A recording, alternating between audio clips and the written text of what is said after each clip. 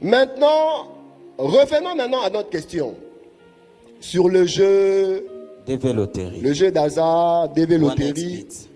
Winner. C'est un péché Paris foot à l'époque. ou pas? Je l'ai dit ici, péché, c'est enfreindre à la loi de Dieu. Répondons maintenant nous-mêmes à notre propre question. Quelqu'un qui joue au DV, il a enfreint à quelle loi? Oh. Comment? Avance, pasteur.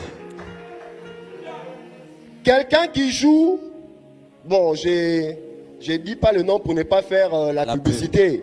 Nous passons en direct, c'est payant. Donc voilà, il devrait normalement débourser des millions pendant que nous leur citons ici parce qu'ils les font ailleurs. Donc quelqu'un qui joue au pari pour le football, pour la boxe, pour la course de chevaux, je sais pas moi, des voitures, elle enfreint à quelle loi? Si nous devons ouvrir la Bible, prophète Jonathan, Ouvrons la Bible, papa. nous expliquons ça comment? Ouvrons la Bible seulement. C'est le terme hasard qui nous dérange C'est le terme pari qui nous ou dérange. c'est le terme pari? Ou c'est parce qu'il y a l'argent? Ou c'est seulement parce que quelqu'un peut gagner beaucoup d'argent en ne fournissant vraiment pas beaucoup d'efforts? Ou peut-être l'homme mangera à la sueur de son front et que lorsqu'on joue au pari, on a l'impression qu'on ne transpire pas.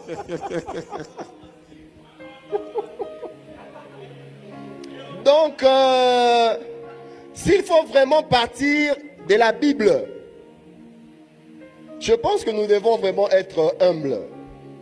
Tout à l'heure, là, le pasteur Jonathan m'a dit quelque chose de très poignant, bibliquement parlant. J'aimerais un peu vous écouter, pasteur Jonathan.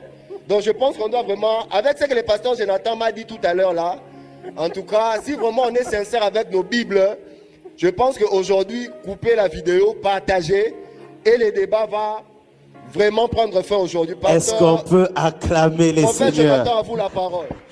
Alors, prenons la partie 2 de la réponse avec le prophète Jonathan. Ok. Est-ce que les jeux de paris, la loterie, est-ce un péché? Waouh. Waouh. Bon. Déjà, on va essayer de contextualiser, hein, de mettre dans un seul groupe tous ces jeux-là. Parce que le problème, c'est que parfois, les pauvres, on va le dire comme ça, se condamnent par rapport à des choses qui sont à leur niveau. Mais qu'en même temps, c'est des choses que les riches font, mais à un tout autre niveau. Et parce que c'est des riches, on a l'impression que pour eux, c'est différent. Frère, les mêmes personnes qui jouent au DV, à la loterie ou au paris sportif, à un autre niveau, les paris sportifs, c'est les jeux de casino. C'est les jeux qu'on a à Las Vegas. C'est les jeux de cartes. Yeah, parce qu'il y a de ceux qui jouent aux jeux de cartes en mettant de l'argent. Oui ou non? Exact, Oui. pasteur. Est-ce que vous n'avez jamais joué chez vous à la maison, Botier, match à l'art? On joue aux cartes. Déjà On joue aux arrivé, cartes, pasteur. on met l'argent en jeu. On joue inter. On se dit, celui qui va gagner à ce jeu de inter aura l'argent. Paris play, pasteur. Paris Laissez-moi play. vous dire que jouer aux cartes, c'est aussi un jeu de hasard. Oui. Parce que quand on tire les cartes au hasard. C'est un tirage. On tire les cartes, n'est-ce pas? Oui. C'est la même chose. C'est tirer au hasard, c'est tirer au sort. Ça veut dire les cartes que tu auras entre tes mains, c'est avec ce hasard-là que tu dois jouer pour essayer de gagner. Donc, les paris, à un tout autre niveau, il y a les jeux de casino, le jeu de hasard, les jeux sur les machines là et tout ça là. Et il y en a dans plusieurs autres formes. Alors, commencez même à citer les paris sportifs que vous connaissez, ceux qu'il y a ici de manière urbaine. C'est juste de prendre une certaine catégorie pour essayer d'accuser les gens qui font justement cela. Je pense que le débat est tout autre. Parce que même lorsque nous entrons dans la Bible, j'ai personnellement essayé de faire des recherches. Avance, prophète. On va toujours nous dire, oh non, mettez avec la Bible. J'ai personnellement essayé de faire des recherches.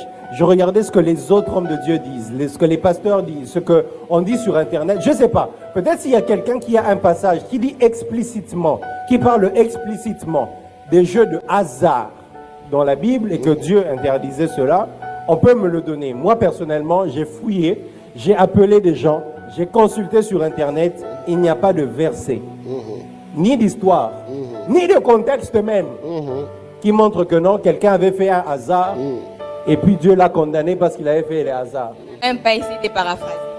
Vous savez que même un évangéliste, même pour l'œuvre de Dieu, on a au moins une histoire avec Uza qui a touché l'arche et qui est mort parce qu'il a touché l'arche. Donc au moins on a au moins une histoire, même si ce n'est pas expliqué explicitement qu'il ne faut pas toucher à l'arche, au moins par l'histoire de Uza, on a compris qu'il ne faut pas toucher à l'arche. Exactement. Mais dans quelle histoire, dans quel contexte même historique, on peut se dire que toucher au hasard pour gagner de l'argent était un péché? Dans la Bible, il n'y en a pas. Amen. Si vous en trouvez, veuillez les partager.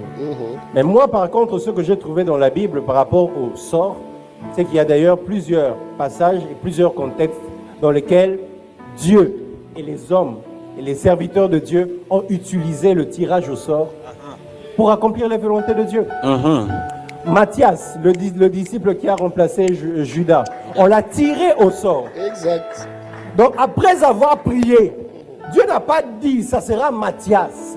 Ils avaient un contexte. Après avoir eu le contexte, dans ce contexte-là maintenant, il fallait tirer au hasard. Est-ce qu'on peut acclamer le Seigneur? Hasard dans la Bible et que Dieu interdisait cela, on peut me le donner. Moi personnellement, j'ai fouillé, j'ai appelé des gens, j'ai consulté sur Internet, il n'y a pas de verset, ni d'histoire, ni de contexte même.